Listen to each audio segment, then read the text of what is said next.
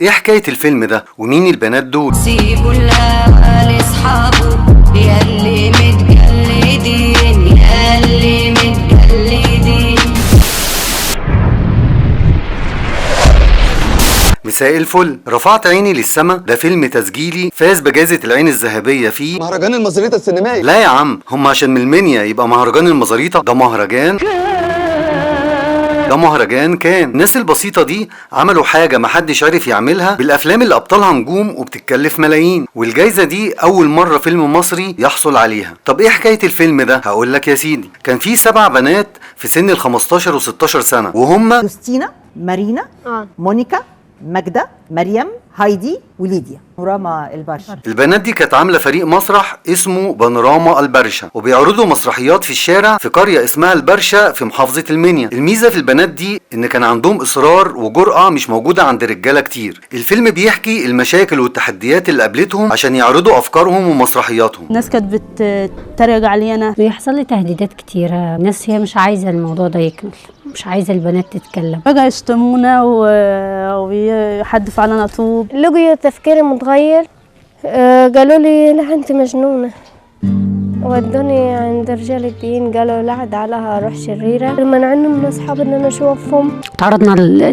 لحاجات صعبه كتير زي تحرش، زي شتايم. قرار الاستمرار ما كانش سهل. والميزه الاكبر والاهم انهم بيقدموا افكار وموضوعات مهمه بتناقش مشاكلهم ومشاكل كل البنات، مش حكايه ان هم يمثلوا او يتشهروا وخلاص. فكانت مشاكلنا احنا، فكنا حابين ان احنا نعملها، حابين اهالينا يسمعوها. هي بنت مش عار، وبنت يعني عادي انا زي الولد. لا دي مشاكلنا احنا، كل واحد عايشه في مشكلتها في البيت. احنا نفسنا اتغيرنا، فاكيد هيغير في البلد. انا مش هعمل اللي يريحكم، انا هعمل اللي يريحنا. قلت لها هتعمل ايه في القاهره؟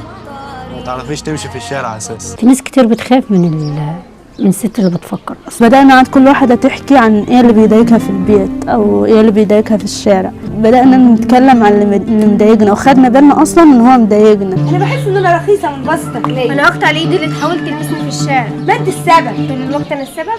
ما لو لبسك محترم كنت تمشي في امان، وانت بتعرفي تمشي في امان؟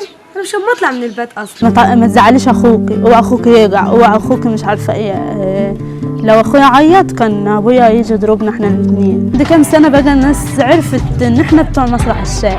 كانوا يقولوا لنا هتيجوا تعملوا حفله في الشارع بتاعنا ميتا، طب تعالوا شارعنا. المهم شافهم المخرج امير ومراته المخرجه ندى، وقرروا يعملوا لهم فيلم تسجيلي يحكي حكايه الفرقه، وبداوا يصوروا الفيلم على مدار 4 سنين. ده حاجه ما كانتش هتحصل في اسبوع او اسبوعين، دي محتاجه سنين. الكاميرا شغاله وطول ال4 سنين هي ماشيه ورانا. المونتاج تقريبا اخد ما يقرب من اكتر من سنه ونص. بيقولوا لي انت هتصوري ايه والفيلم ده بيحكي عن ايه؟ انا مش عارفه اقول لهم ان احنا بنصور الواقع. وراحوا مهرجان كان السينمائي وفازوا بجائزه العين الذهبيه في وجود افلام ومخرجين عالميين، وشرفونا ورفعوا اسم مصر. احنا فريق بانوراما برشا جايين لكم من مصر، محافظه المنيا، من قلب الصعيد. واثبتوا ان المصريين مش اهرامات وحضاره قديمه وبس، لا دول لسه موجودين وعندهم فن وابداع وعندهم حضاره حديثه كمان. الف مبروك لفريق بانوراما البرشا، ومبروك للمخرجين ايمن امير وندى رياض، والف مبروك لمصر. ما تنساش بقى تشترك في القناه عشان تشوف الحلقات اللي جايه، وابقى اتفرج على الحلقات اللي فاتت.